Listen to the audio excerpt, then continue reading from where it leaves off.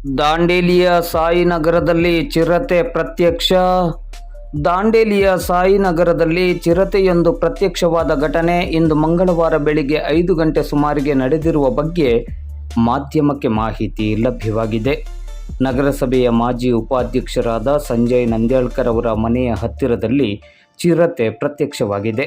ಕಳೆದ ಕೆಲವು ದಿನಗಳಿಂದ ರಾತ್ರಿ ಹೊತ್ತಿನಲ್ಲಿ ಇಲ್ಲಿ ಚಿರತೆ ಪ್ರತ್ಯಕ್ಷವಾಗುತ್ತಿದೆ ಎನ್ನುವ ಮಾಹಿತಿ ಲಭ್ಯವಾಗಿದೆ. ಇದೀಗ ಸ್ಥಳೀಯರಲ್ಲಿ ಭಯದ ವಾತಾವರಣ ನಿರ್ಮಾಣವಾಗಿದೆ.